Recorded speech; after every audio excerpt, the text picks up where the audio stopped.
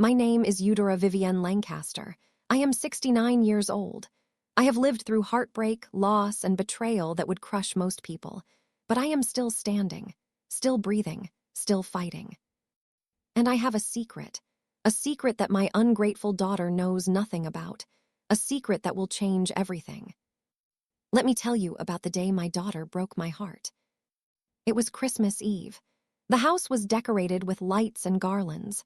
A tree stood in the corner, covered in ornaments I had collected over 50 years. The smell of fresh-baked cookies filled the air. I had spent 3 days preparing, cleaning every corner of my home, cooking a feast big enough for a family reunion, setting the table with my best china, the set my mother had given me when I got married. I was expecting my daughter, Viviana, and her husband, Roderick, for dinner. It was going to be perfect, just like the Christmases we used to have when she was a little girl. But when Viviana arrived, she was not dressed for a celebration. She was wearing casual clothes, jeans and a sweater, like she was stopping by on her way somewhere more important. "Mama, we cannot stay long," she said as she walked through the door. "We have dinner at Roderick's parents' house, the real family dinner." The real family dinner, as if I was not real family. "But I cooked all your favorites," I said, trying to hide the hurt in my voice. "Turkey with gravy, sweet potato casserole, your grandmother's pecan pie." "That is sweet, Mama, but Roderick's family is expecting us. They have a big party every year. Important people will be there." Important people, and I was not important. Roderick stood behind her, looking uncomfortable. He at least had the decency to seem embarrassed. "Mrs. Lancaster, we really appreciate the effort. Maybe we can take some food to go." Take some food to go, like I was a restaurant, like my home-cooked meal was just a convenience. "Why did you even come if you were not going to stay?" I asked. Viviana sighed. That long, exasperated sigh she always gave when she thought I was being difficult. "We came because you kept calling, Mama. You left 12 voicemails. 12. I had to come just to get you to stop." 12 voicemails. Yes, I had called multiple times, because my daughter never answered, never called back, never seemed to have time for me. "I just wanted to see you for Christmas. Is that so wrong?" "Mama, you need to understand something." Viviana stepped closer, her voice dropping to a harsh whisper. "I have a life now, a real life, with Roderick's family, with our friends, with people who matter. And I do not matter." Viviana looked around my small living room, at the cats sleeping on the couch, at the dog curled up by the fireplace, at the modest furniture and simple decorations. Then she said the words that shattered my heart. "Mama, look at yourself. You live alone in this old house with a bunch of animals. You have no friends, no social life, no one who visits you." She paused, her eyes cold. "Face it, Mama.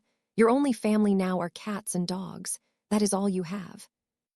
I stood there, frozen. My daughter, my only child, the baby I had sacrificed everything for, had just told me that my only family were pets. Roderick grabbed Viviana's arm. "Vive, that was harsh." "It is the truth. Someone had to say it." She turned and walked toward the door. "We will call you sometime next week. Maybe, if we have time." She left. She walked out of my house on Christmas Eve and left me standing alone in my decorated living room, surrounded by the feast I had prepared for no one. I did not cry. I did not scream. I did not chase after her. Instead, I smiled. Because Viviana had no idea how wrong she was. She had no idea about the family I had. The real family.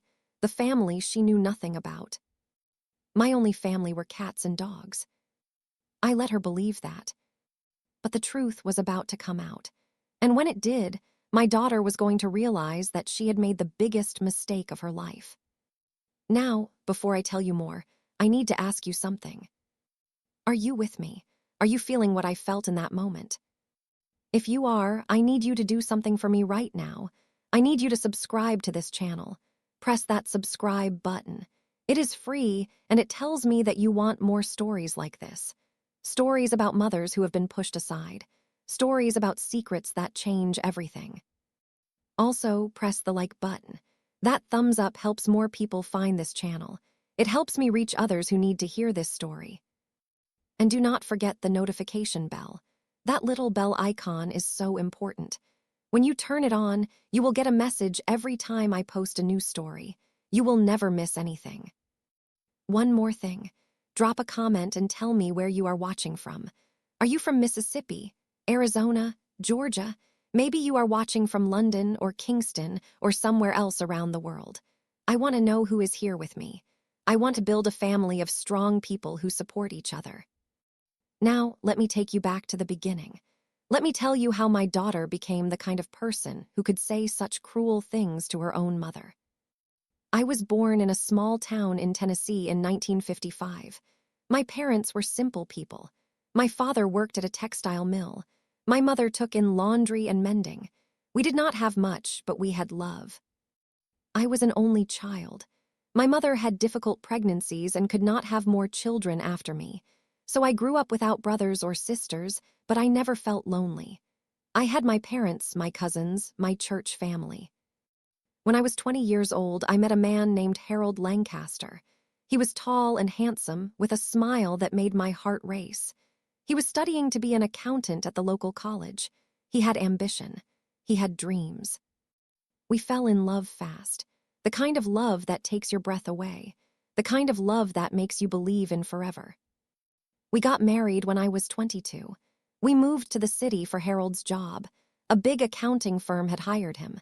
The future looked bright. For the first few years, everything was perfect. Harold worked hard and got promoted. I worked as a secretary at a law firm. We saved money. We bought a little house. We started planning for a family. But there was a problem we did not discover until later. I could not get pregnant. We tried for 5 years. Doctors, specialists, treatments. Nothing worked. Every month brought disappointment.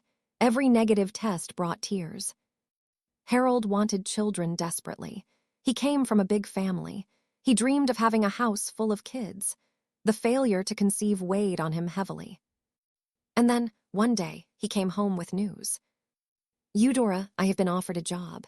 A big job with a firm in Chicago. Chicago, but our life is here. I know, but this is a huge opportunity. The salary is 3 times what I make now. We could afford better treatments, better doctors. Maybe we could finally have a baby. I did not want to leave. Our house, our friends, our church. But I loved Harold, and I wanted a baby too. So we moved. Chicago was different. Cold, impersonal. I had trouble making friends. Harold worked long hours. I was alone most of the time. But the new doctors were good. After 2 years of more treatments, a miracle happened. I got pregnant.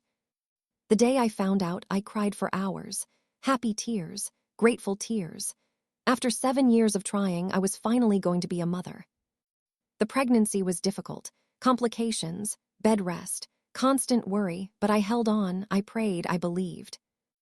And on April 14, 1984, Viviana Marie Lancaster was born. She was perfect, 10 fingers, 10 toes, a head full of dark hair, the most beautiful baby I had ever seen. I held her in my arms and made a promise. I would give this child everything. I would sacrifice anything for her. I would love her more than life itself.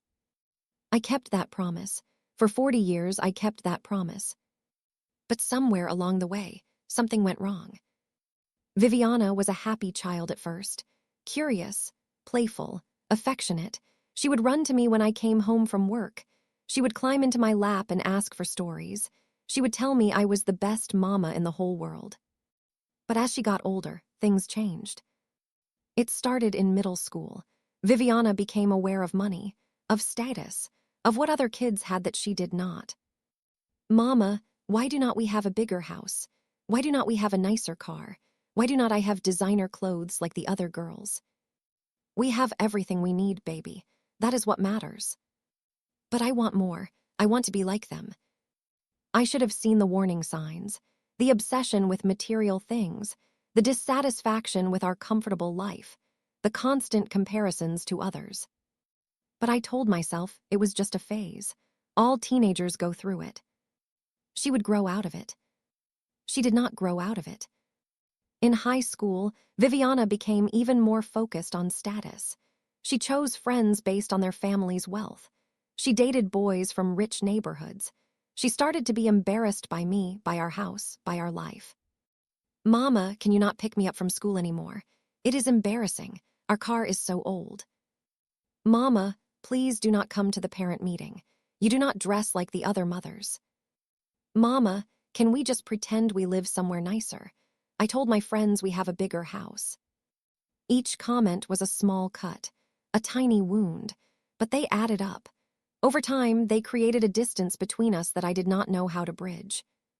Harold died when Viviana was 17. Heart attack, sudden, unexpected. One day he was there, the next he was gone. I was devastated. My husband, my partner, my best friend, gone forever. But I could not fall apart. I had a daughter to raise, a senior year to get through, a future to secure. I used Harold's life insurance to pay off the house and put money away for Viviana's college. I went back to work full-time. I did whatever I had to do to keep our lives stable. And Viviana, she grieved, of course, but I noticed something troubling. Her grief seemed to be more about what she had lost than who she had lost. "Now, we will never be able to afford a nicer house. Now, I will never get to go to the expensive college I wanted. Now everyone will feel sorry for us." I told myself she was just processing grief in her own way. I told myself she would come around eventually. I was wrong. After high school, Viviana went to college on a scholarship. Not the prestigious school she wanted, but a good state university. She studied business. She was smart, I will give her that. She graduated near the top of her class. And then she met Roderick Ashworth. Roderick came from money, old money. His family owned property all over the city. His father was a real estate developer. His mother was a society queen who organized charity galas and country club events. From the moment Viviana met Roderick, she changed. Or maybe she finally became who she had always wanted to be. She started dressing differently, speaking differently, acting like she had grown up with silver spoons and private schools instead of in our modest little house. She was ashamed of me, ashamed of where she came from, ashamed of everything I had sacrificed to give her a good life. The wedding was the worst. Viviana married Roderick in a grand ceremony at his family's estate. 300 guests, ice sculptures, a 12-piece orchestra. I was there, of course, the mother of the bride, but I was placed at a table in the back, far from the main action. Viviana barely spoke to me all night. She was too busy impressing her new family, her new friends, her new life. During the reception, I overheard her talking to Roderick's mother. "Do not worry, Lydia. I know my background is not impressive, but I have worked hard to overcome it. I am not like her anymore." Not like her, not like me, her own mother. I pretended I had not heard. I smiled through the rest of the wedding. I went home alone and cried myself to sleep. After the wedding, Viviana drifted further away. Calls became less frequent. Visits became rare. I would go months without hearing from her. When I did see her, she was always in a hurry, always checking her phone, always ready to leave. "Mama, I cannot stay long. We have dinner with the Ashworths." "Mama, I will call you later. Roderick needs me." "Mama, please do not call so much. It looks bad." Looks bad, like I was some kind of embarrassment, some dirty secret to be hidden away. And through it all, I said nothing. I accepted her cruelty. I made excuses for her behavior. I kept hoping she would change. But that Christmas Eve, when she stood in my living room and told me my only family were cats and dogs, something finally snapped. I was done hopping, done waiting, done being treated like garbage by the child I had given everything to. After Viviana left that night, I sat in my living room for a long time. My cats, Whiskers and Marmalade, came and sat beside me. My dog, Biscuit, put his head in my lap. My animals knew I was hurting. They always knew. "She thinks you are my only family," I said to them. "She has no idea." I got up and walked to my bedroom. In the back of my closet, hidden behind old coats and boxes, was a safe. a small fireproof safe that I had kept locked for over 20 years. I opened it. Inside were documents, letters, photographs, records of a secret I had kept for decades.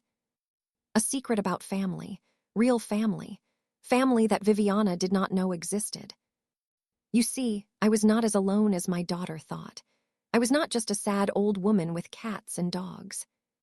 I had a brother, a younger brother named Wellington who had been given up for adoption when I was just 5 years old. Our parents had been too poor to raise 2 children. They had made the heartbreaking decision to give him up. I had found Wellington 12 years ago after decades of searching. We had reconnected. We had built a relationship. He had a family, a wife named Cordelia. 2 children, now grown, grandchildren. Wellington was successful, very successful. He had started a construction company that had grown into a massive corporation. He was worth millions, maybe more. And he loved me. He visited me regularly, always when Viviana was not around. He called me every week. He sent me gifts and flowers and letters. He was the brother I had lost and found again. He was the family my daughter knew nothing about. But that was not the only secret in that safe. There were other documents too, legal documents, financial records, a will. My will. The will that left everything I owned not to Viviana, but to charity, to animal shelters, to organizations that helped children in need. Because I had decided, years ago, that my daughter did not deserve my inheritance. She had made it clear that she was ashamed of me, of my life, of everything I represented. So I had made other arrangements. But now, sitting in my living room on Christmas Eve, holding those documents, I made a new decision. It was time for Viviana to learn the truth, all of it. Not because I wanted revenge, not because I wanted to hurt her, but because secrets have a way of coming out. And when this one did, I wanted to be the one telling it. The next morning, Christmas Day, I called Wellington. "Merry Christmas, sister," he said warmly. "How was your evening with Viviana?" I told him everything, what she had said, how she had treated me, the cruel words about cats and dogs. Wellington was silent for a long moment. "Eudora, I think it is time." "Time for what?" "Time for your daughter to meet her uncle. Time for her to learn that you are not as alone as she thinks." "Are you sure? You said you wanted to keep things private. You said you did not want drama." "That was before she called you worthless. That was before she treated you like garbage on Christmas Eve." Wellington's voice was hard with anger. "No one treats my sister that way. No one." "What are you suggesting?" "I am suggesting a family reunion. A big one, at my estate. I will invite everyone. Cordelia, the children, the grandchildren, all of our extended family. And Viviana. We will invite her too, and her precious husband. Let them see what real family looks like. Let them see what they have been missing." I felt something stirring in my chest. Not revenge exactly, but something close. "When?" "New Year's Eve. I am hosting a party anyway. A big one. 200 guests, politicians, business leaders, society people." Wellington laughed. "The kind of people your daughter and her husband desperately want to impress. Let us see how they react when they realize the lonely old woman with cats and dogs is connected to all of it." I smiled. For the first time since Viviana's cruel words, I smiled. "Send the invitation, Wellington. It is time my daughter learned the truth." Before I continue this story, kindly subscribe, like, turn on the notification bell, and tell me in the comments where you're watching from. Chapter 2. The invitation arrived at Viviana's house 3 days after Christmas. I know this because Wellington called me the moment his assistant confirmed the delivery. "It is done, sister. The invitation was hand-delivered this morning, embossed gold lettering. The Lancaster family crest. Very impressive if I do say so myself." The Lancaster family crest. Wellington, we did not have a family crest. We do now. I had one designed years ago when the company went public. A lion and an eagle, very distinguished. I laughed despite my nerves. What exactly did the invitation say? It invited Mr. and Mrs. Roderick Ashworth to attend a New Year's Eve celebration at the Lancaster Estate. Black tie. Champagne reception at 7. Dinner at 9. Dancing until midnight. Did it mention me? Not by name, but it mentioned that the host, Wellington Lancaster, was eager to introduce his guests to some very special family members. And you think Viviana will come? Oh, she will come. The guest list includes the mayor, 2 state senators, and several of the wealthiest families in the region. Your daughter has been trying to break into these circles for years. She would never miss an opportunity like this. Wellington paused. The question is, does she know the name Lancaster? Does she know about me? I thought about it. I had never told Viviana about Wellington. I had kept that part of my life completely separate. When Wellington visited, it was always during times I knew Viviana would not call or stop by, which, sadly, was most of the time. She knows my maiden name was Lancaster, but she never showed any interest in my family history. She was always too focused on the Ashworths and their connections. Then this will be quite the surprise. Wellington, are you sure about this? Once she knows the truth, there is no going back. I am sure, Eudora. That girl needs a wake-up call. She needs to understand that family is not about money or status. It is about love, about loyalty, about being there for each other. He sighed. And if she cannot learn that lesson, then at least she will know what she threw away. The next few days were a whirlwind of preparation. Wellington sent a car to bring me to his estate on December 30th, one day before the party. He wanted me to get settled, to meet his family properly, to prepare for the big reveal. The drive took almost 3 hours. As we got further from the city, the landscape changed. Strip malls and apartment buildings gave way to rolling hills and sprawling estates. Wellington's home was unlike anything I had ever seen. It sat on 200 acres of manicured grounds. The main house was a Georgian mansion with white columns and tall windows. There were guest cottages, a pool house, stables for horses, and gardens that stretched as far as the eye could see. The driver pulled up to the front entrance, where Wellington was waiting. He was 71 years old now, 2 years younger than me, but he looked good.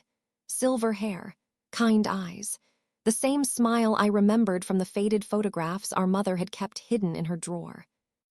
Eudora, he pulled me into a warm embrace. Welcome home, sister. Home. It felt strange to call this magnificent place home, but standing there in my brother's arms, I realized it was not about the buildings or the grounds. It was about family, and for the first time in years, I felt like I had one. That evening, Wellington introduced me to his family. His wife, Cordelia, was an elegant woman in her late 60s with silver-streaked hair and a warm smile. She had known about me for years. Wellington had told her everything when they first started dating, 40 years ago. Eudora, I have waited so long to meet you properly, Cordelia said, taking my hands in hers. Wellington talks about you all the time. You are the sister I never had. His children were next. Thaddeus, 42, ran the construction company with his father. He had his father's strong jaw and confident manner. His wife, Portia, was a surgeon at the city's best hospital. Then there was Millicent, 38, who had followed her own path. She was a professor of history at the state university. Her husband, Bernard, was a writer. And the grandchildren, 4 of them, ranging from 8 to 16. They called me Great-Aunt Eudora and immediately adopted me as part of their world. Dinner that night was loud and chaotic and wonderful. Stories were shared, jokes were told, laughter filled the dining room. This was what family was supposed to be. This was what Viviana had never given me. After dinner, Wellington and I sat alone in his study. How are you feeling? He asked. Overwhelmed, happy, a little scared. Scared of what? Of tomorrow, of seeing Viviana's face when she realizes the truth, of what she might say or do. Wellington poured 2 glasses of brandy and handed me one. Eudora, I need to tell you something. Something I have not shared with anyone except Cordelia. What is it? I have been keeping track of your daughter, for years. I stared at him. Keeping track, what do you mean? I mean I have had people watching her, reporting back to me. I wanted to know what kind of person she had become. Wellington, why? Because you are my sister. Because she hurt you. Because I needed to know if there was any hope for her or if she was truly lost. He took a long sip of his brandy. What I learned was troubling. My heart started pounding. What did you learn? Your daughter and her husband are in financial trouble. Serious trouble. What? But they live in that big house. They go on expensive vacations. They throw parties all the time. All on credit, all borrowed money. Roderick's family cut them off 2 years ago. Some kind of falling out, I do not know the details. Since then, they have been living beyond their means, trying to maintain appearances.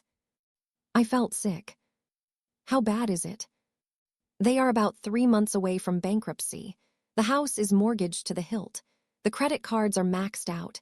They owe money to everyone. Why did no one tell me this? Because Viviana did not want you to know.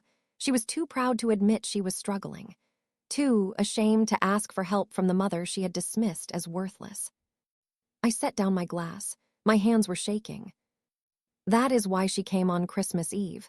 Not to see me, but because she was hopping. Hopping you would offer her money. Hopping you would bail her out. Wellington nodded grimly. But when she saw your modest house, your simple life, she realized you could not help her, so she lashed out. The cruel words, calling my pets my only family. Exactly. She was angry at herself, but she took it out on you. I sat in silence, processing this new information. My daughter was not just ungrateful. She was desperate, drowning in debt, about to lose everything. And instead of asking for help, she had attacked me. What happens tomorrow? I asked. Tomorrow, Viviana and Roderick will arrive at this estate expecting to network with wealthy people. They will be hopping to make connections that might save them financially. And instead, Wellington smiled. It was not a cruel smile, but it was not entirely kind either. Instead, they will discover that the wealthy host of this party is their uncle, the brother of the mother they treated like garbage. And they will realize that the lonely old woman with cats and dogs has connections they never dreamed of. And then what? And then we see what kind of person your daughter really is. Does she apologize? Does she recognize her mistakes? Or does she try to use this new information to her advantage? What if she just uses us? What if she only pretends to be sorry so she can get access to your money? Wellington's expression hardened. Then she will learn that the Lancaster family does not reward betrayal. She will learn that treating her mother like garbage has consequences, serious consequences. I did not sleep well that night. I lay in the luxurious guest room, staring at the ceiling, thinking about everything Wellington had told me. Viviana was in trouble, real trouble, and instead of coming to me for help, she had pushed me away. She had been cruel and dismissive because she was ashamed of her own failures. Part of me wanted to help her. She was still my daughter. Despite everything, I still loved her. But another part of me was tired. Tired of being treated like nothing. Tired of making excuses for her behavior. Tired of loving someone who seemed incapable of loving me back. Tomorrow would reveal the truth. Tomorrow I would see what kind of person my daughter really was. I just hoped I could handle the answer. New Year's Eve arrived with clear skies and cold air. The estate was transformed for the party. Thousands of twinkling lights covered the trees. A heated tent had been set up in the garden for additional guests. Caterers and servers moved through the house, preparing for the evening's festivities. I spent the morning getting ready. Cordelia had arranged for a stylist to do my hair and makeup. She had also given me a dress to wear, a beautiful deep emerald gown that made me feel like a queen. "You look stunning," Cordelia said when I emerged from my room. "I feel ridiculous. I have not worn anything this fancy since my wedding." "Nonsense. You look exactly like what you are, a woman of dignity and grace. A woman who deserves respect." She squeezed my hand. "Tonight is your night, Eudora. Tonight your daughter sees the truth." The guests began arriving at 7 o'clock. Wellington had not exaggerated about the guest list. I watched as limousines pulled up to the entrance, depositing politicians, business leaders, and society figures. I recognized several faces from television and newspapers. I stayed in the background at first, observing. Wellington introduced me to a few close friends as his sister, but we kept things low-key. The big reveal would come later. At 7:45, a familiar car pulled into the circular driveway. My heart stopped. It was Viviana and Roderick. They emerged from their vehicle looking every inch the successful couple. Viviana was wearing a designer gown, probably rented or borrowed given what Wellington had told me about their finances. Roderick was in a perfectly tailored tuxedo. They looked confident, eager, ready to impress. They had no idea what was waiting for them inside. I watched from a window as they approached the front entrance. A butler greeted them and took their coats. They stepped into the foyer, their eyes wide as they took in the magnificent surroundings. I could almost see the calculations running through Viviana's mind. Who could she meet? Who could she impress? Who might be able to help them out of their financial hole? Wellington appeared in the foyer to greet them personally. Mr. and Mrs. Ashworth, welcome to Lancaster Estate. I am so pleased you could join us. Mr. Lancaster, thank you for the invitation, Roderick said, shaking Wellington's hand. We were honored to receive it. Please, call me Wellington. Any friend of family is welcome here. Viviana's eyes narrowed slightly. Family, Mr. Lancaster. I was not aware we had any connection to your family. Wellington smiled mysteriously. Oh, you would be surprised, my dear. You would be very surprised. But we will discuss that later. For now, please enjoy the party. The champagne is excellent. He gestured toward the main ballroom, where dozens of guests were already mingling. Viviana and Roderick exchanged a confused glance, but they did not press the issue. They were too eager to start networking. I watched them disappear into the crowd. Soon, I thought, soon you will know the truth. For the next 2 hours, I observed my daughter from a distance. She was good at this, I had to admit. She knew how to work a room. She knew how to smile and laugh and say all the right things. She charmed senators and business executives and society matrons. But I could see the desperation underneath the polish, the way her eyes constantly scanned the room, looking for the next opportunity. The way she gripped Roderick's arm a little too tightly. The way her smile faltered whenever she thought no one was watching. My daughter was drowning, and she was grabbing at anything that might save her. At 9 o'clock, Wellington took the microphone. Ladies and gentlemen, if I could have your attention, please. The room fell silent. Guests turned toward the small stage where Wellington stood. First, I want to thank you all for joining us tonight. It means the world to have so many friends and colleagues here to celebrate the new year. Applause rippled through the crowd. But tonight is about more than just a new year. Tonight is about family, about connections that have been lost and found again, about the bonds that tie us together across time and distance. I felt my pulse quickening. This was it. Many of you know that I was adopted as a baby. I grew up not knowing anything about my biological family. For decades, I wondered where I came from, who my people were. Wellington paused, letting the words sink in. 12 years ago, I finally found the answer. I found my sister, my biological sister, who had been searching for me just as I had been searching for her. Murmurs spread through the crowd. Tonight, I want to introduce you to her, the woman who never stopped looking for me, the woman who welcomed me back into her life with open arms, my sister, Eudora Lancaster. A spotlight found me in the crowd. I stepped forward, my heart pounding. The room erupted in applause. People I had never met were clapping for me, smiling at me, welcoming me. But I was not looking at them. I was looking at Viviana. My daughter stood frozen near the back of the room. Her face had gone white. Her champagne glass was trembling in her hand. She was staring at me like she had seen a ghost. Wellington continued speaking, but I barely heard him. My eyes were locked on Viviana. I watched as understanding slowly dawned on her face. as she realized that the wealthy, powerful host of this party was her uncle, her mother's brother, a brother she had never known existed. I watched as she connected the dots, the invitation, the mention of family, the Lancaster name. Her mother, the woman she had dismissed as worthless, the woman she had said only had cats and dogs for family. Her mother was the sister of one of the wealthiest men in the state. Viviana's expression went through a rapid series of changes. Shock, confusion, disbelief, and then, finally, something that looked almost like anger. She grabbed Roderick's arm and whispered something in his ear. He looked equally stunned. They started moving toward me, pushing through the crowd. I stood my ground. I was done running, done hiding, done being ashamed. Viviana reached me just as the applause was dying down. "Mama," she hissed, her voice low and furious. "What is going on? Who is that man? Why did you never tell me?"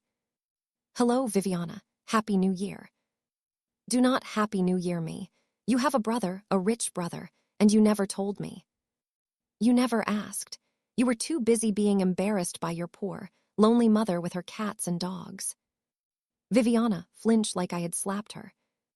I did not mean." "Yes, you did. You meant every word. You made it very clear what you thought of me." Wellington appeared beside me. "Is there a problem here?" Viviana looked at him. Her expression shifted instantly from angry to charming. It was like watching a mask slide into place. "No problem at all, Mr. Lancaster. Uncle Wellington, I was just so surprised. I had no idea Mama had a brother. She never mentioned you." "Did she not? How interesting." Wellington's voice was cool. "She mentioned you. Quite a lot, actually. She talked about how much she loved you, how much she sacrificed for you, how much it hurt when you pushed her away." The mask slipped. Viviana's cheeks flushed red. That is a private matter, family business." "Yes, it is. And I am family now, which means your business is my business." Wellington stepped closer to Viviana. His voice dropped to a whisper that only she, Roderick, and I could hear. "I know about your financial troubles, Viviana. I know about the debt, the mortgages, the credit cards. I know you are about 3 months from losing everything." Viviana's face went pale again. "How do you know that?" "I make it my business to know things, especially when those things involve people who hurt my sister." "We did not mean to hurt her. We were just..." "Just what?" "Just too busy climbing the social ladder to care about the woman who raised you. Just too ashamed of your origins to treat your mother with basic respect." Viviana had no response. For once in her life, she was speechless. Wellington straightened up. "We will discuss this later, in private. For now, I suggest you enjoy the party, smile, mingle, pretend everything is fine." He took my arm. "Come, sister, there are people I want you to meet." He led me away, leaving Viviana and Roderick standing alone in the crowd. I glanced back once. My daughter was staring after me with an expression I had never seen before. Fear. The rest of the party passed in a blur. Wellington introduced me to dozens of people. Politicians, business leaders, philanthropists. They all treated me with warmth and respect. They all seemed genuinely happy to meet Wellington's long-lost sister. But I could not stop thinking about Viviana, about the conversation that was coming, about what would happen when we finally sat down and talked. At midnight, fireworks exploded over the estate. Guests cheered and kissed and toasted the new year.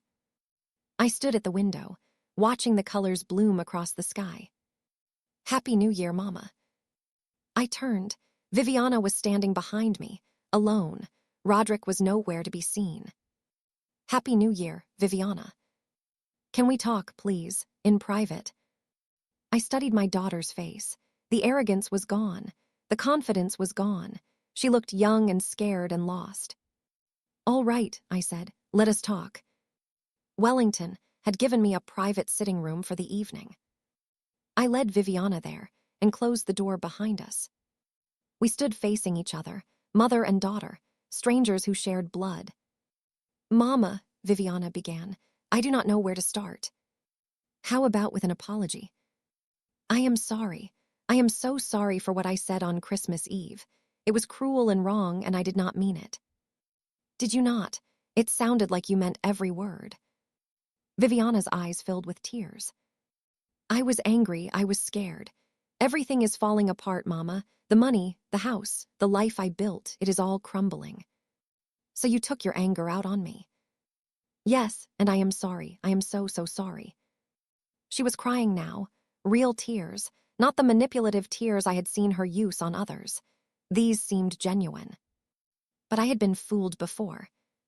Viviana, I want to believe you, but you have hurt me so many times. You have pushed me away for years. You have treated me like an embarrassment, like something to be hidden.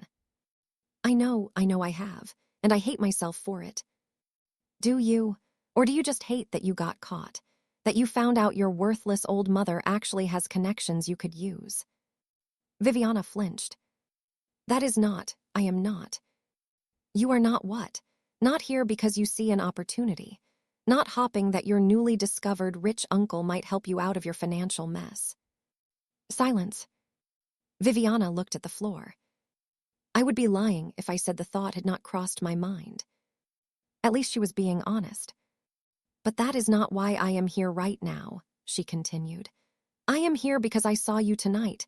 I saw the way Uncle Wellington looked at you, the way his family welcomed you, the way everyone treated you with respect and love. She looked up at me with red-rimmed eyes. And I realized that I threw all of that away.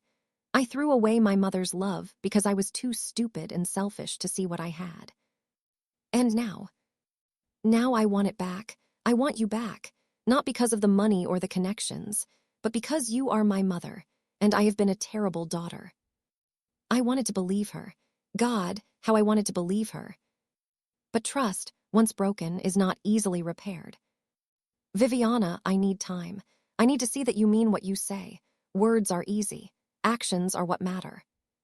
I understand. I will do whatever it takes. I will prove to you that I have changed. She reached out and took my hand. Please, Mama, give me another chance. I looked at my daughter, my only child, the baby I had prayed for, the girl I had sacrificed everything for. One chance, I said finally.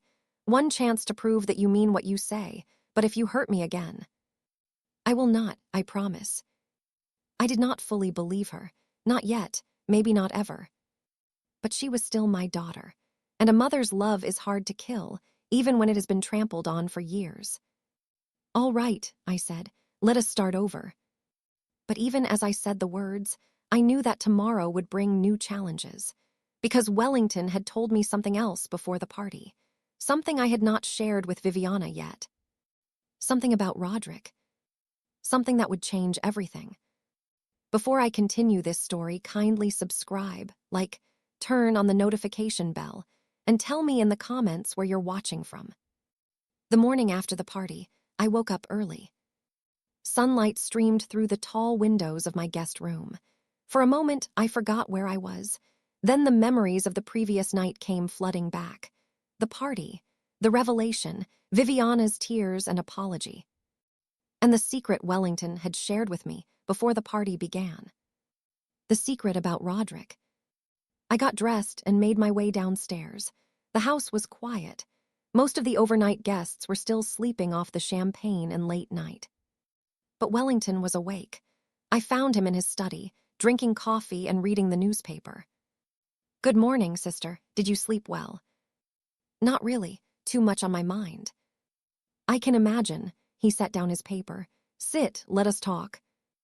I sat in the leather chair across from his desk. Wellington, last night you said there was something about Roderick, something you had not told me yet. What is it? Wellington sighed heavily. I was hoping you would not ask until after breakfast. This is not a pleasant topic. I need to know. Yes, you do. He paused, gathering his thoughts. Eudora, Roderick Ashworth is not the man your daughter thinks he is. What do you mean? I mean he has been lying to her, for years, about many things. My heart started pounding. What kind of lies? Wellington opened a drawer in his desk and pulled out a thick folder. My investigators have been looking into Roderick for months. What they found was, disturbing. He handed me the folder. First, the financial problems are not just bad luck or poor decisions. Roderick has a gambling addiction, a serious one. He has lost hundreds of thousands of dollars at casinos over the past 5 years. I flipped through the pages, bank statements, casino records, credit card bills showing cash advances at gambling establishments. Viviana does not know about this. She knows about the debt. She does not know the cause. Roderick has been telling her that his business ventures failed, that the economy is to blame, that his family cut them off unfairly. But the truth is he gambled away their money. Exactly. I felt sick. My daughter had married a liar, a gambling addict who had destroyed their finances and blamed everyone but himself. There is more, Wellington said quietly. More. He pulled out another set of documents. Roderick has not been faithful to your daughter. My investigators found evidence of at least 3 affairs over the past 8 years. I stared at the photographs in the folder, Roderick with other women, at restaurants, at hotels, holding hands, kissing. Does Viviana know? I do not think so. Roderick has been very careful. He always pays cash. He uses burner phones. He covers his tracks. I closed the folder. I could not look at any more. Why are you telling me this, Wellington? Because your daughter needs to know the truth. She thinks her problems are about money, but the real problem is the man she married. As long as she stays with Roderick, things will only get worse. She will not believe it. She loves him. She loves the idea of him, the wealthy husband, the successful businessman, the golden ticket to the life she always wanted. Wellington shook his head. But that man does not exist. He is a facade, a lie. I sat in silence, processing everything. My daughter was married to a gambling addict who cheated on her regularly. Her entire life was built on lies, and she had no idea. What do I do? I asked. That is up to you, sister. I have given you the information. What you do with it is your choice. If I tell her, she will be devastated. She might not believe me. She might blame me. She might, but she also might finally see the truth. She might finally understand that her problems are not about money or status. They are about the choices she has made. Wellington leaned forward. Eudora, you have protected your daughter for too long. You have made excuses for her behavior. You have accepted her cruelty because you love her. I know. But sometimes love means telling hard truths. Sometimes love means letting people face the consequences of their decisions. I nodded slowly. He was right. I had been too soft, too forgiving. I had let Viviana treat me badly because I did not want to lose her. But maybe I had already lost her. Maybe I had lost her the moment she chose status over family, the moment she became ashamed of where she came from. Maybe the only way to save her was to stop protecting her. I found Viviana in the garden after breakfast. She was sitting on a stone bench, staring at the dormant rose bushes. She looked tired, worried, not like the confident socialite she usually pretended to be. Mama, she looked up as I approached. I was hopping to talk to you again, about last night. That is why I am here. I sat beside her on the bench. The morning air was cold, but I barely noticed. Viviana, there is something I need to tell you, something difficult. She tensed. What is it? I took a deep breath.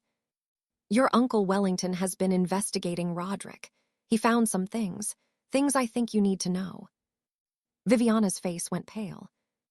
Investigating Roderick, why? Because he wanted to protect me, to understand the people in my life, including you and your husband. That is an invasion of privacy. He had no right. Maybe not, but what he found is true nonetheless. I pulled out the folder Wellington had given me. Viviana, Roderick has been lying to you about a lot of things. She stared at the folder like it was a snake. What kind of lies? The financial problems. They are not because of failed businesses or a bad economy. They are because Roderick has a gambling addiction. He has lost hundreds of thousands of dollars at casinos over the past 5 years. Viviana shook her head. No, no, that is not possible. Roderick does not gamble. He hates casinos. He tells you he hates casinos, but here are the records. I opened the folder and showed her the evidence. Bank statements, casino records, cash advances, it is all documented. Viviana's hands were shaking as she took the papers. This must be a mistake. Someone is trying to frame him. There is no mistake. Wellington's investigators verified everything. Multiple sources, multiple records. She was crying now, tears streaming down her face. Why would he do this? Why would he lie to me? Because he is ashamed. Because he cannot control himself. Because it is easier to blame the economy than admit he has a problem. Viviana clutched the papers to her chest, sobbing. Is there more? You said lies, plural. I hesitated. This next part would break her completely. There is more, but I do not know if you are ready to hear it. Tell me, I need to know everything. I pulled out the second set of documents, the photographs. Roderick has not been faithful to you. Wellington's investigators found evidence of at least 3 affairs over the past 8 years. Viviana grabbed the photographs. Her eyes went wide as she flipped through them. Roderick with other women, holding hands, kissing, entering hotel rooms. No, her voice was barely a whisper. No, no, no. I am sorry, Viviana. I am so sorry. She threw the photographs on the ground. This is not true. This cannot be true. He loves me. He tells me he loves me every day. Words are easy, baby. Actions are what matter. Viviana collapsed against me, sobbing uncontrollably. I held her like I used to hold her when she was a child, when she had nightmares, when she fell off her bicycle, when the world was scary and Mama was the only one who could make it better. But this time, I could not make it better. All I could do was hold her while her world fell apart. We sat in the garden for over an hour. Eventually, Viviana's tears subsided. She pulled away from me and wiped her eyes. I have been so stupid, Mama, so blind. You trusted your husband. There is nothing stupid about that. I trusted him over you. I pushed you away because I was chasing a life that was built on lies. She looked at me with red-rimmed eyes. I am sorry. I am so sorry for everything. I know, baby. What do I do now? I cannot go back to him. I cannot pretend I do not know. What do you want to do? Viviana thought for a long moment. I want to confront him. I want to look him in the eye and ask him why he lied, why he gambled our future away, why he betrayed me with other women. And then I want to leave him. I want a divorce. I felt a mix of emotions, relief that she was finally seeing the truth, sadness for the pain she was experiencing, and a small spark of hope that maybe, just maybe, this would be the wake-up call she needed. You can stay here, I said. Wellington will not mind. You can figure out your next steps without having to go back to that house. What about my things? We can send someone to get them. You do not have to see Roderick again if you do not want to. Viviana shook her head. No, I need to see him. I need to look him in the face and let him know that I know everything. Are you sure? I am sure, but I want you to come with me. I cannot do this alone. I took my daughter's hand. I will be right there with you, every step of the way. We confronted Roderick that afternoon. He was in his room at the estate, packing his bag. He looked up with surprise when Viviana and I walked in. Viviana, Mrs. Lancaster. I was just getting ready to head home, long drive ahead.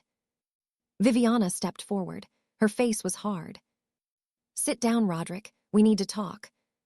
Something in her voice made him pause. He slowly set down his bag and sat on the edge of the bed. What is this about? Viviana pulled out the folder and threw it on his lap. This is about the gambling. The hundreds of thousands of dollars you lost at casinos while telling me our problems were because of bad business deals. Roderick's face went white. Where did you get this? It does not matter where I got it. Is it true? He was silent for a long moment. Then he sighed.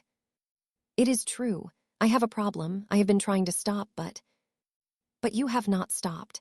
You have been lying to me for years. I was trying to protect you. I did not want you to worry. Protect me, Viviana's voice rose. You bankrupted us. We are about to lose our house, and you were trying to protect me. Roderick stood up. Viviana, please, I know I messed up, but we can fix this. I will get help. I will go to meetings. I will stop gambling. It is too late for that. She pulled out the photographs and threw them at him. Explain these. Roderick looked at the photos. His face crumbled. Viviana. 3 affairs. At least 3 that we know about. 8 years of lies and betrayal. I can explain. Explain what? Explain why you have been sleeping with other women while telling me you love me. Explain why our entire marriage has been a fraud. Roderick reached for her. Viviana, please, I do love you. Those women meant nothing. They were just. Just what? Just entertainment. Just something to do while I was at home, waiting for you like a fool. She stepped back, out of his reach. I am done, Roderick. I am done with the lies, done with the gambling, done with the cheating, done with you. You cannot leave me. We have built a life together. We have built nothing. You have destroyed everything. Viviana took off her wedding ring and threw it at his feet. I want a divorce, and I want it now. Roderick's expression changed. The pleading look disappeared, replaced by something cold and calculating. A divorce, fine, but you are not getting anything. The house is in my name. The cars are in my name. You will leave with nothing. I do not care about the things. I just want to be free of you. And what will you do? Run back to your mother, the woman you have been ashamed of for years. He laughed cruelly. That is pathetic, Viviana. You are pathetic. I stepped forward. That is enough, Roderick. He turned to me with contempt in his eyes. Ah, the mother-in-law, the woman with cats and dogs for family. Or wait, I forgot. You have a secret rich brother now. How convenient. You need to leave, Roderick, now. Leave. This is my wife, my marriage. You have no right to interfere. Actually, I do. A new voice spoke from the doorway. We all turned. Wellington was standing there, flanked by 2 large men in suits. This is my home, Mr. Ashworth, and you are no longer welcome in it. Roderick's face twisted with anger. Who are these goons? You cannot intimidate me. I am not trying to intimidate you. I am simply asking you to leave. My security team will escort you to your vehicle and ensure you depart the property without incident. And if I refuse? Wellington smiled coldly. Then I will call the local sheriff, who happens to be a close friend of mine, and I will share with him some interesting information about certain irregularities in your business dealings. Irregularities that might be of interest to federal prosecutors. Roderick went pale. What irregularities? Tax evasion, wire fraud, money laundering, shall I continue? The fight went out of Roderick. His shoulders slumped. Fine, I am leaving. But this is not over, Viviana, not by a long shot. He grabbed his bag and stormed out, the security guards close behind him. Viviana collapsed into a chair, trembling. It is over, she whispered. It is really over. I went at her and held her close. Yes, baby, it is over, and now we can start to rebuild. The next few weeks were a whirlwind. Wellington's lawyers helped Viviana file for divorce. They discovered that Roderick had been hiding assets in offshore accounts, assets that should have been community property. With that leverage, the divorce settlement became much more favorable. Viviana would not get the house, which was drowning in debt anyway, but she would get enough money to start over, to build a new life. She moved into a small apartment near my house. She got a job at a local nonprofit, using her business degree for something meaningful. She started seeing a therapist to work through years of dysfunction. And slowly, she started to change. She called me every day. She visited every week. She apologized again and again for the way she had treated me. Mama, I do not understand how you can forgive me, after everything I did. You are my daughter. I will always love you. But I was so cruel. I said your only family were cats and dogs. I pushed you away for years. You were lost, baby. You were chasing things that do not matter. but now you are finding your way back." She hugged me tight. "I do not deserve you, Mama." "Maybe not, but you are stuck with me anyway." 3 months after the New Year's Eve party, Wellington invited the whole family to his estate for a celebration. It was a smaller gathering this time, just family, Wellington and Cordelia, their children and grandchildren, Viviana and me. We sat around a long table, sharing a meal and stories. Laughter filled the room. I looked around at these people, my brother, his wife, his children, his grandchildren, my daughter. My family. Not cats and dogs, real human family. Viviana caught my eye across the table. She smiled at me, a genuine smile, not the fake smile she used to wear for the Ashworths and their society friends, a real smile that reached her eyes. I smiled back. After dinner, Wellington stood up and raised his glass. "I would like to make a toast to family, to the bonds that cannot be broken no matter how far apart we drift, to second chances, and to my sister Eudora, who never stopped believing that love could conquer all." Everyone raised their glasses. "To Eudora." I felt tears in my eyes, good tears, happy tears. I had spent so many years feeling alone, feeling rejected, feeling like I was nothing. But I was not nothing. I had never been nothing. I was a sister, a mother, an aunt, a great-aunt. I was part of a family, a real family, not cats and dogs.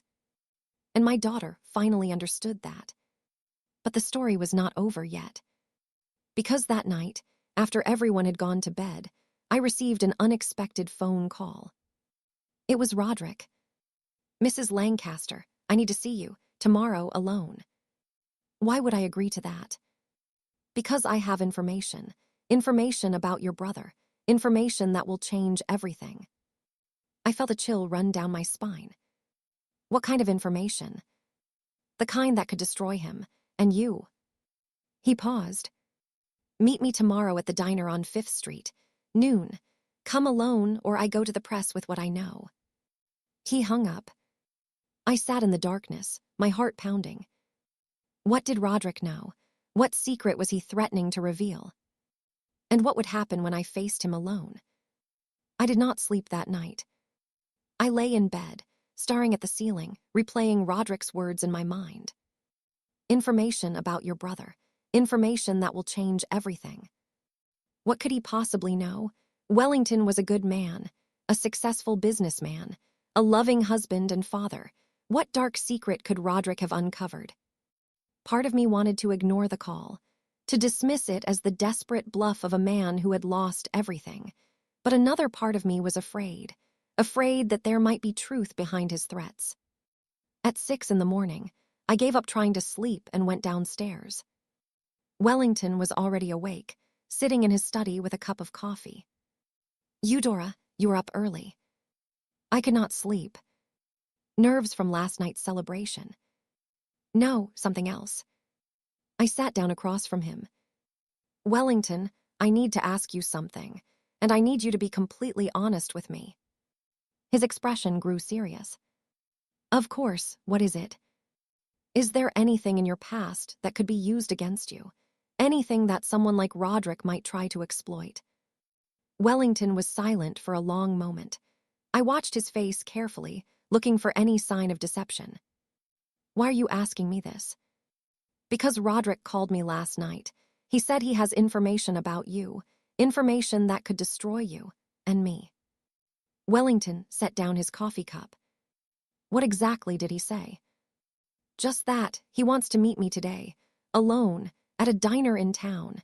He says if I do not come, he will go to the press." Wellington's jaw tightened. That man is desperate. He has lost everything, and now he is grasping at straws. But is there anything to grasp? Is there any truth to what he is claiming? Wellington sighed heavily. "Eudora, I have lived a long life. I have made mistakes. Everyone has.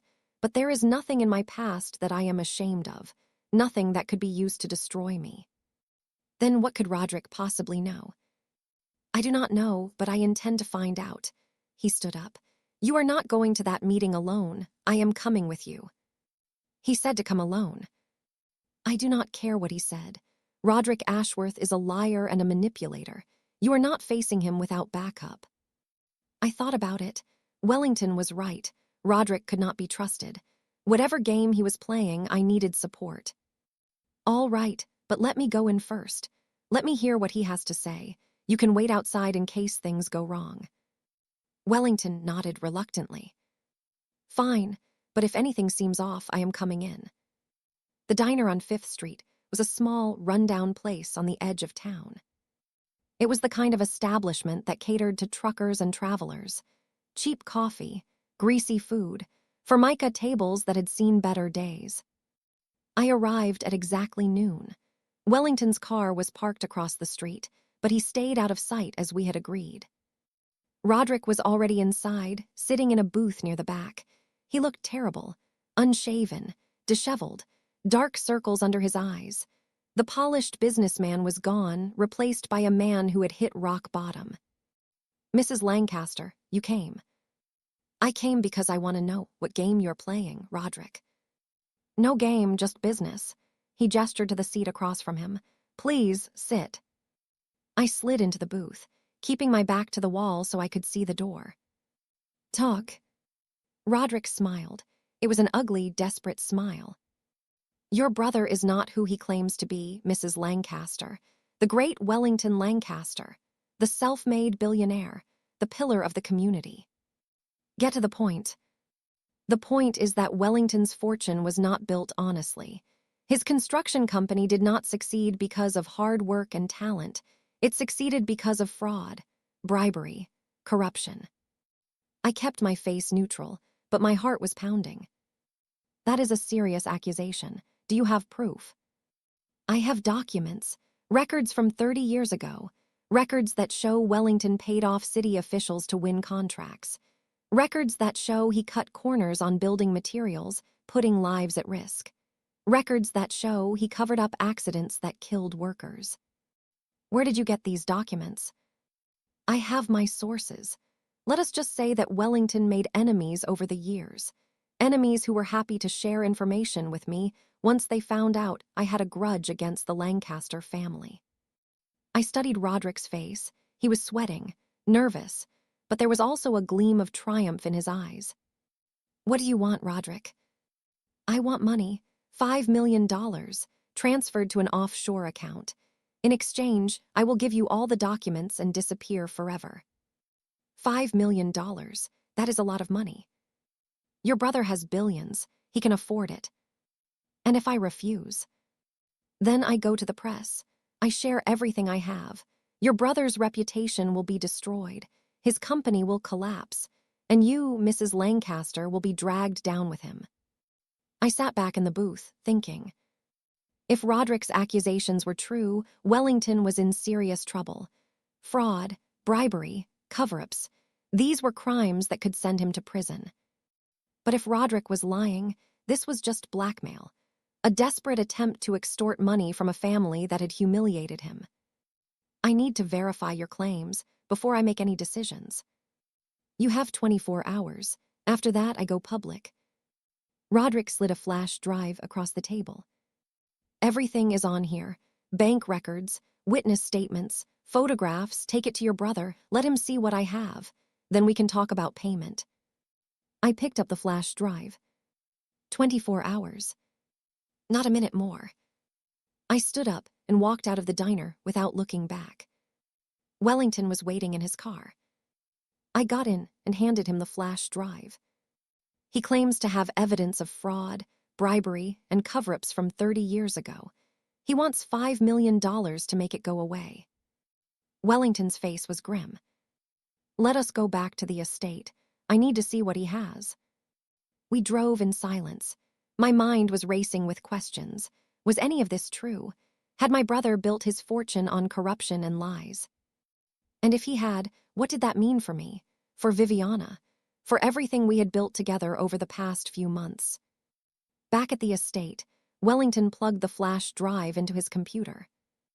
I sat beside him as he opened the files, documents, photographs, scanned copies of handwritten notes.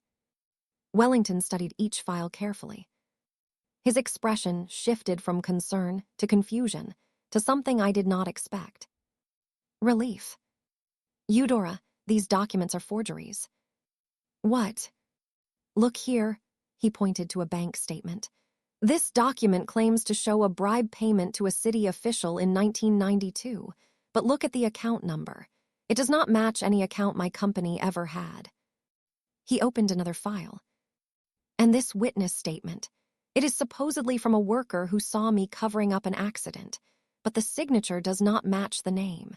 And the worker mentioned in the document died in 1985, 7 years before this incident allegedly occurred. I looked at the documents more closely. Now that Wellington pointed it out, the inconsistencies were obvious. Roderick fabricated all of this. Either he did, or someone sold him fake information. Wellington shook his head. This is sloppy work. Any serious investigator would see through it in minutes. So the accusations are false. Completely false. I built my company honestly, Eudora. I never bribed anyone. I never covered up accidents. I never cut corners on safety. Relief flooded through me. My brother was not a criminal. He was not a fraud. But that relief was quickly replaced by anger. Roderick had tried to blackmail us with fabricated evidence. He had tried to destroy our family with lies. What do we do? I asked. Wellington's expression hardened. We turn the tables. We show Roderick that the Lancaster family does not respond to threats, and we make sure he never bothers us again. The next morning, I returned to the diner. But this time, I was not alone. Wellington came with me, so did 2 lawyers and a private investigator. Roderick was already there, looking smug and confident. His expression changed when he saw our entourage. Mrs. Lancaster, I said to come alone. I changed my mind. Wellington stepped forward. Mr. Ashworth, we have reviewed your documents. They are forgeries, every single one of them. Roderick's face went pale. That is not possible. My sources. Your sources lied to you, or you created these documents yourself. Either way, they are worthless. Wellington pulled out his own folder. But while you were busy fabricating evidence against me, my investigators were doing some research of their own. Research into your activities over the past few months. He handed the folder to Roderick. Tax evasion, wire fraud, money laundering, attempted blackmail, and now filing false documents with intent to extort. Roderick's hands were shaking as he flipped through the pages. This is not. It is all true, and it is all documented. Unlike your fabrications, our evidence is real. Wellington leaned forward. Here is what is going to happen, Mr. Ashworth. You are going to sign a confession admitting to the attempted blackmail. You are going to agree to a divorce settlement that gives Viviana everything she is entitled to. And you are going to leave the state and never contact anyone in this family again. And if I refuse, then we turn everything over to the FBI, and you spend the next 20 years in federal prison. Roderick's face crumpled. The arrogance was gone. The confidence was gone. He was just a broken man who had gambled everything and lost. Fine, I will sign. The lawyers produced the documents. Roderick signed each one with trembling hands. When it was done, Wellington stood up. We are finished here. You have 48 hours to leave the state. If I ever see you again, if you ever contact my sister or my niece again, I will destroy you. Completely. Without mercy. Roderick did not respond. He just sat there, staring at the table, defeated. We walked out of the diner, into the bright morning sunlight. It is over, Wellington said. He cannot hurt you anymore. I looked at my brother, this man who had been lost to me for decades. This man who had welcomed me back into his life with open arms. This man who had protected me and my daughter when we needed it most. Thank you, Wellington, for everything. You are my sister. Protecting you is not a burden. It is an honor. Life after Roderick was different. Quieter, calmer, happier. Viviana threw herself into her new life. Her job at the nonprofit became a passion. She discovered that helping others gave her more satisfaction than any society party ever had. She met someone new, a man named Theodore who worked as a high school teacher. He was kind and gentle and completely unimpressed by money or status. He loved Viviana for who she was, not for what she could give him. They got married on a warm spring day in Wellington's garden. A small ceremony, just family and close friends. I stood beside my daughter as she said her vows. I watched her face as she looked at her new husband, and I saw something I had not seen in years. Peace. Real, genuine peace. After the ceremony, Viviana pulled me aside. "Mama, I need to tell you something." "What is it, baby?" "I have been thinking about what I said to you on that Christmas Eve, about your only family being cats and dogs." "That was a long time ago, Viviana." "I know, but I still think about it. I still feel ashamed." She took my hands in hers. "You were never alone, Mama. Even before we found Uncle Wellington, you were never just an old woman with pets. You were my mother, the woman who raised me, the woman who sacrificed everything for me." Tears were streaming down her face. I was too blind to see it, too selfish, too caught up in chasing things that do not matter, but I see it now. She hugged me tight. "You are my family, Mama, my real family, and I will never take you for granted again." I held my daughter and cried, happy tears, healing tears. "I love you, Viviana." "I love you too, Mama, more than I can ever say." 2 years after that spring wedding, I sat on my front porch, watching the sunset. Whiskers and Marmalade were curled up beside me. Biscuit was sleeping at my feet, my animals, my companions, my friends. But they were not my only family anymore. Viviana called me every day. She visited every weekend, often with Theodore and their new baby girl. They had named her Eudora after me. Wellington and Cordelia visited regularly too. Their children and grandchildren had become part of my life. I was great-aunt Eudora to a whole generation of young Lancasters. My house was no longer quiet and empty. It was filled with love and laughter and the sound of children playing. I was 71 years old. I had lived through heartbreak, loss, and betrayal, but I had also lived through reconciliation, redemption, and renewal. My daughter had once said my only family were cats and dogs. I had let her believe that. I had kept my secrets. I had hidden my pain. But the truth had eventually come out, and when it did, everything changed. Not just for me, for Viviana too, for Wellington, for all of us. If you are watching this story, I want you to know something. Family is not about blood. It is not about money. It is not about status or connections or what you can do for each other. Family is about love, about showing up, about being there when it matters most. My daughter forgot that for a while.